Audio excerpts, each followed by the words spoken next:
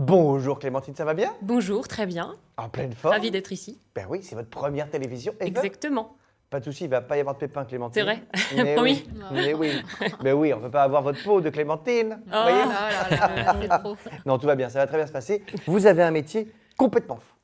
Vous êtes la créatrice. Je sais pas, mais...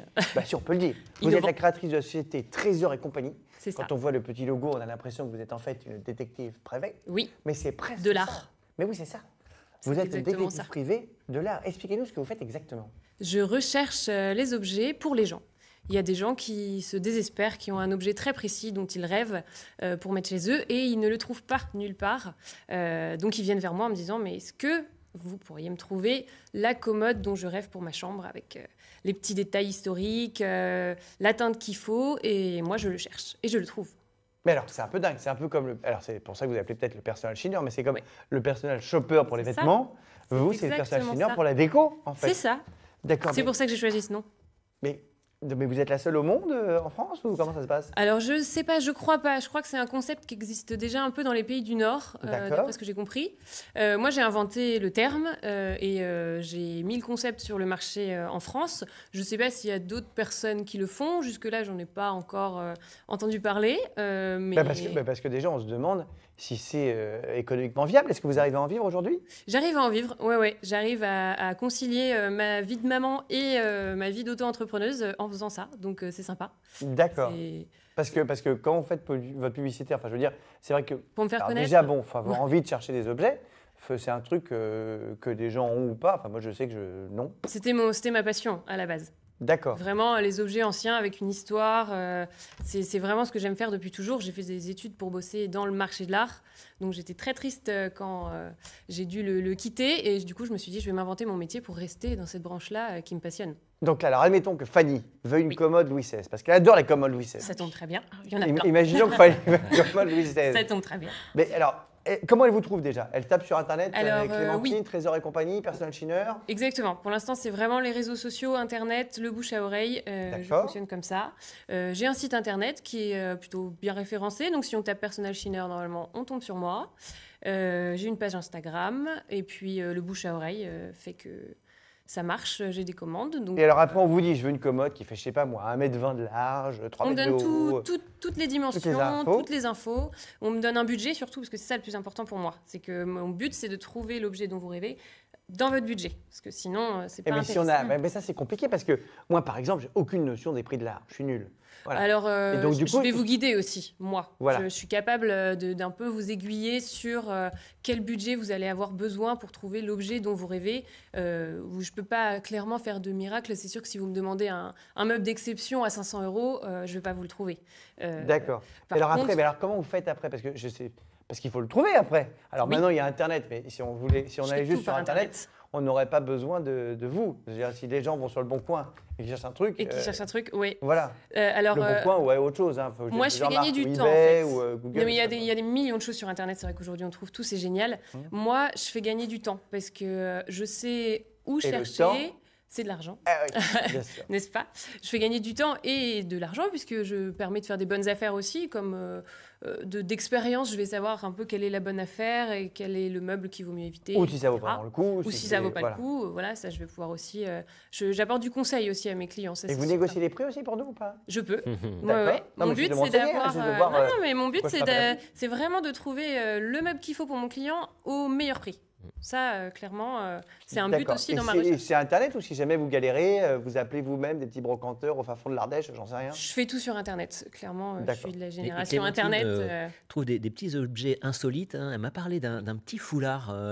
Racontez cette histoire de foulard. Je trouve ça très sympa. Oui, j'ai trouvé pour un client et pour d'autres quand j'ai affiché ce foulard sur mon site. Ça s'appelle un foulard d'évasion. C'est un objet qui peut intéresser pas mal les Normands, je pense d'ailleurs, parce que ça date de la Seconde Guerre mondiale. Voilà. On le voit à l'image, c'est ça qu'on voit à l'image? Voilà, exactement. C'est un foulard d'évasion, c'est un foulard en soie que les aviateurs alliés avaient autour du cou pendant la Seconde Guerre quand ils étaient parachutés en France. Et dessus, c'est génial. Moi non plus, je ne connaissais pas et on m'a fait la demande pour cet objet-là que je ne connaissais pas. J'ai adoré le chercher parce que vraiment, il y a une portée historique qui est super sympa et c'est des objets très beaux. C'est des cartes en soi qui sont détaillées avec le nom des villages, les rivières, les fleuves de 44, 45, voilà. Bah, le moment où ça comptait. D'accord, c'est fou. Oui. Et ça, c'est un des trucs les plus drôles qu'on vous ait demandé. Est-ce qu'il y a d'autres histoires comme ça qui viennent en tête? Un truc fou? Des trucs fous, non. Pour l'instant, j'ai pas eu encore. J'ai pas eu d'objets vraiment complètement fous. Après, j'ai des objets avec des histoires sympas. On peut me demander de chercher des bagues de fiançailles, par exemple. Donc là, je vais être un peu dans la confidence. Bizarre, les petites histoires des gens ou les choses comme ça. Donc je trouve ça sympa. Il y a toujours, ou pour faire des cadeaux, des gens qui veulent faire des beaux cadeaux à leur maman. J'ai cherché des bracelets vintage d'une grande marque, des choses comme ça. Donc, et alors, si vous ne trouvez pas, parce que ça peut être autre chose, imaginons que moi, j'ai un truc qui vous intéresse. Mais je ne sais pas que ça vous intéresse. Ouais, là c'est plus compliqué. Voilà, il n'y a pas de système d'envoi. La passerelle, alors il faut que vous ayez fait la démarche de le mettre sur Internet en vente. Là, je vais le trouver et je vais l'acheter pour mon client. D'accord. Mais ouais, la passerelle se fait plutôt comme ça. Après, effectivement, si c'est un objet chez vous dont vous voulez vous débarrasser qui peut m'intéresser, là, je ne vais pas avoir tellement de façon de l'acheter autre que par Internet. Et en parlant de ça, si je veux vendre un objet, Yo-Yo, je crois que tu t'es renseigné là-dessus, c'est facile ou c'est pas facile? Alors, c'est très facile de vendre un objet, mais attention, parce que la loi, finalement, c'est très, très réglementé. Hein. Alors, on rappelle... C'est-à-dire que là, si je veux te vendre un truc, j'ai pas le droit? Alors, si. On rappelle d'abord, juste pour mémoire, les vides-greniers.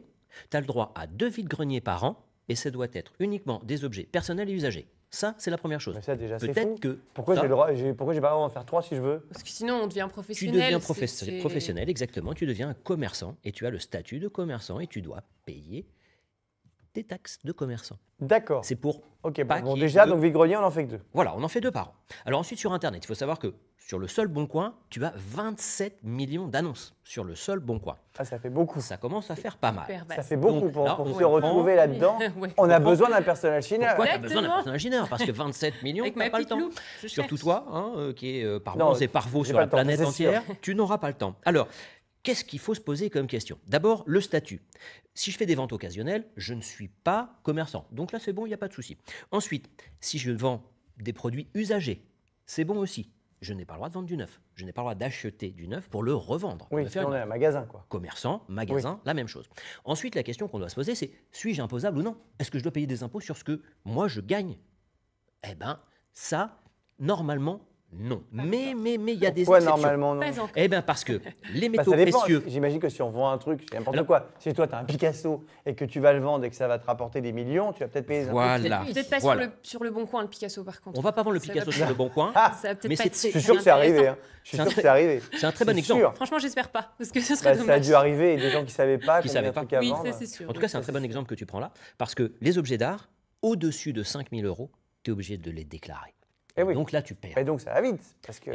pour un objet d'art, ça va très vite. Pour les métaux précieux, exactement. Et exactement la même chose. Pour les bijoux, c'est 5 000 €. C'est-à-dire que si j'ai un lingot d'or chez moi et que je veux le vendre... Ah bah ça, c'est l'or. Donc oui, voilà. Là, tu fais attention. Si il est au-dessus de 5 000 €, tu devras payer et le déclarer à l'administration fiscale. Alors là, attention, parce que ça bouge aussi. L'État a demandé à tous les sites de vente en ligne de signaler, écoutez bien, hein, si au cours de l'année, vous dépassez 3 000 € de vente, on va signaler que vous dépassez 3 000 € de vente. Mais 3 000, c'est pas 5 000. Pourquoi 3 000? Ah ben non, parce que 3 000, c'est un premier seuil au-delà duquel on va commencer à s'intéresser à votre cas.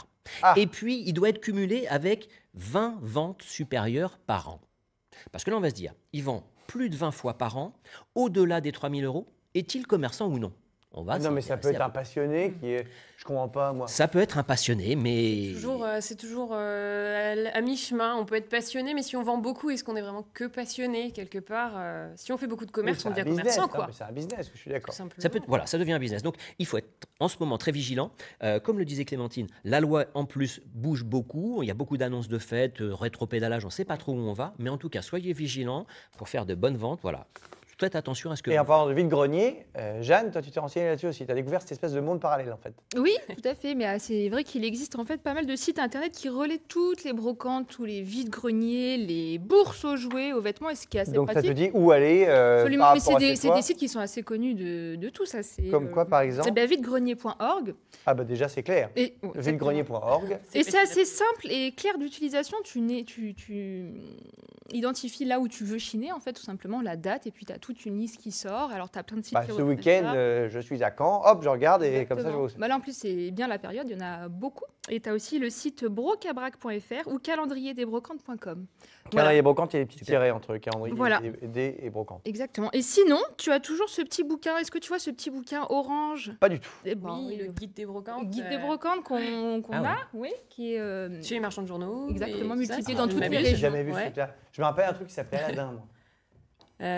C'est un magazine plutôt, non? Oui, c'était un magazine, mais je me rappelais de ça. Mais bon, oui, j'ai quelques connaissances. Je reconnais. Bon, ben voilà. Bon, en tout cas, bravo, c'était très intéressant. De ces informations. En ce moment, en plus, c'est très à la mode. Vous venez au bon moment, Clémentine, parce que vous savez, apparu il y a 10 ans, hop. Mais là, il y a eu l'émission sur MC avec le Trésor. Il y a surtout, évidemment, Affaires conclues sur France 2, qui surcartonne tous les jours avec Sophie. Sophie Davant, qui s'occupe d'ailleurs d'objets d'avant, c'est assez rigolo. mais du coup, ça cartonne. Donc là, c'est le bon moment. Il y a une vraie... Il y a une tendance, une tendance rétro, une tendance vintage. C'est dans l'air du temps, c'est écolo. Voilà. Et puis redonner une vie aux objets, c'est toujours sympa et c'est bien. Eh ben, merci beaucoup Clémentine. Elle était bien pour sa première télé. On peut l'applaudir bien fort. Il n'y a pas de public parfois. On y est quand même. Le cœur y est. Bravo Clémentine. Allez, on va maintenant passer à